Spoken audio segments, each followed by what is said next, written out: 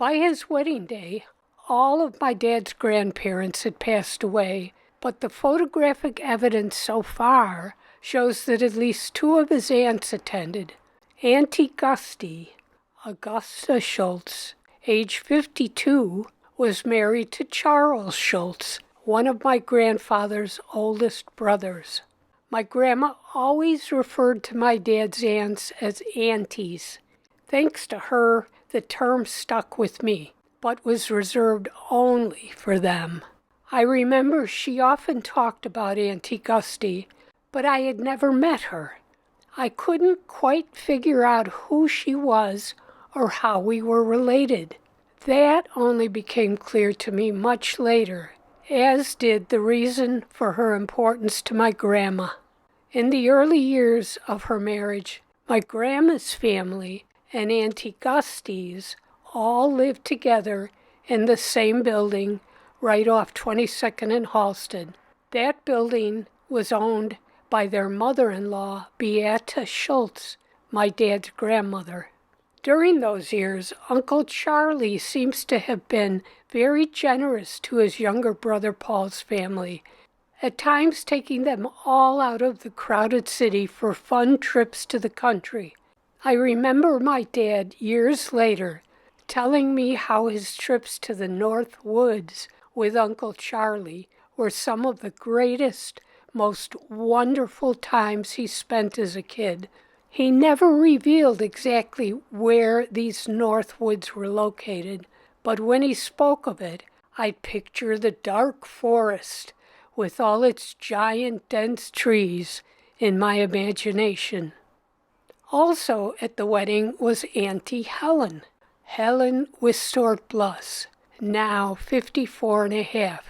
She was my Grandma Schultz's oldest sibling. Auntie Helen had already been married to Uncle Joe Blus for nearly 33 years. We would sometimes visit Auntie Helen at her 2-story bungalow in the Chicago Archer Heights neighborhood. We'd also drive all the way up to Chicago's West Town neighborhood to visit my grandma's other sister, Auntie Lottie, and her husband, Stanley Polakowski.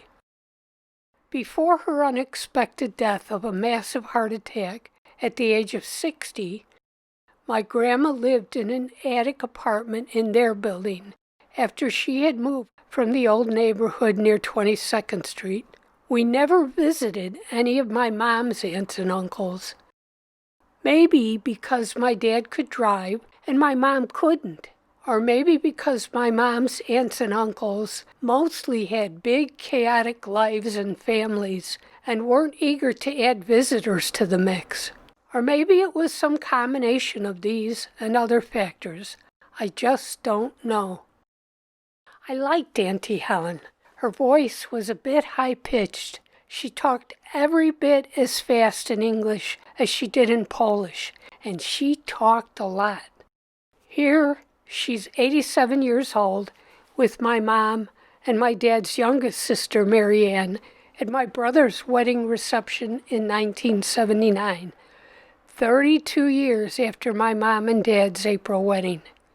Despite being the oldest, Auntie Helen was the last of them to die. She would complain that God had forgotten her because she was still here while everyone else was gone. But of course, God doesn't forget anyone. Auntie Helen finally passed away at the age of 92, about 5 years after the wedding reception photo, a full 17 years after her husband Joe, and 20 years after her youngest sibling, my grandma.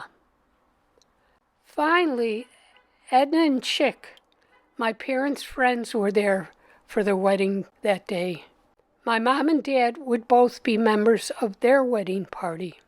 In the early years of our family's life, they would be present at our parties and celebrations, and we at theirs. Though not officially related by blood, they had the status of aunt and uncle, and their kids are cousins. When my mom was in the hospital giving birth to my brother, I stayed at their house for a night or two, and when my brother was baptized, they were called upon to fill the role of his godparents.